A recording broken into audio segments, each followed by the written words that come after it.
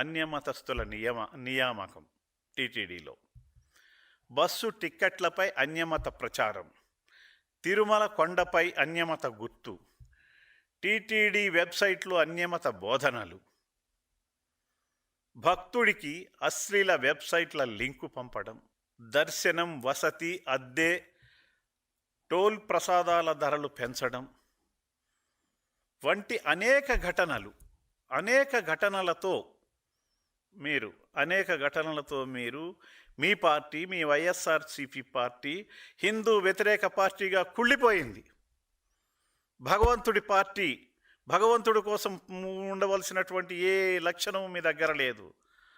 సాక్షాత్ శ్రీ వెంకటేశ్వర స్వామి వారి కరుణా కృపా కటాక్ష వీక్షణాలతో ఈ రాష్ట్రం బాగుండాలని, మీలాంటి దుష్టుల నుంచి రక్షించాలని ఆనాడు 24 క్లోరోమైన్ బాంబులు మీ పార్టీకి చెందిన వ్యక్తులు పెడితే దాంట్లోంచి పునర్జీవితుడైనటువంటి చంద్రబాబు నాయుడు గారు ఈనాడు రాష్ట్రాన్ని కాపాడుతున్నారనే విషయం ఈ మాటికైనా గుర్తు తెచ్చుకోమని చెప్పి నేను సలహా ఇస్తున్నాను.